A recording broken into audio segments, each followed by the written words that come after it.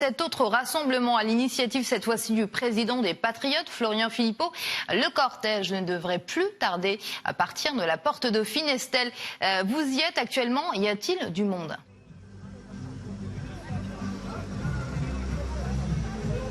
Et oui, Amira, il y a du monde. Vous allez le voir sur ces images de Didier Mulot. Les manifestants sont encore en train d'arriver ici, place du Paraguay, sur les lieux du rendez-vous. Donc, il y a cette tête de cortège qui est en train de se former. Voilà, ce sont les derniers préparatifs avant le départ du cortège. Résistance, c'est le mot d'ordre ici pour cette manifestation à l'initiative du chef de file des Patriotes, Florian Philippot, qui revendique une 43e semaine de mobilisation, de résistance. Résistance, je vous le disais, contre le pass sanitaire, une mesure qui ne passe toujours pas parmi ceux qui sont ici, car ils considèrent cette mesure comme liberticide. Et puis sachez que c'est le dernier samedi de mobilisation avant l'obligation vaccinale pour les soignants qui entrera en vigueur le 15 septembre prochain.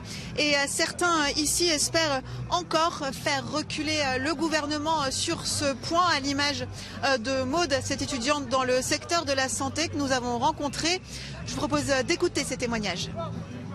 Je suis en études de santé et effectivement j'ai du mal à me résigner sur cette vaccination obligatoire, mais même pour toutes les personnes finalement obligées comme ça. Voilà, on va dire l'hépatite B ça a été obligatoire, mais là c'est pas, on va dire que c'est pour ce vaccin-là, c'est pas le moment c'est de le rendre obligatoire. On veut pas du pass sanitaire, on veut la liberté.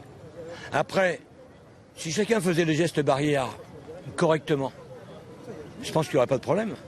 Mais il faudrait que le gouvernement arrête de presser la population. C'est pas normal.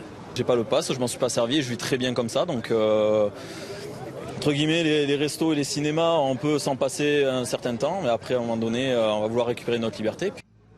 Du côté de la manifestation, le cortège va prendre la direction de la place du Trocadéro, lieu de dispersion où une scène a été installée là-bas et où des prises de parole devraient être organisées. Merci Estelle pour toutes ces précisions. Et puis on va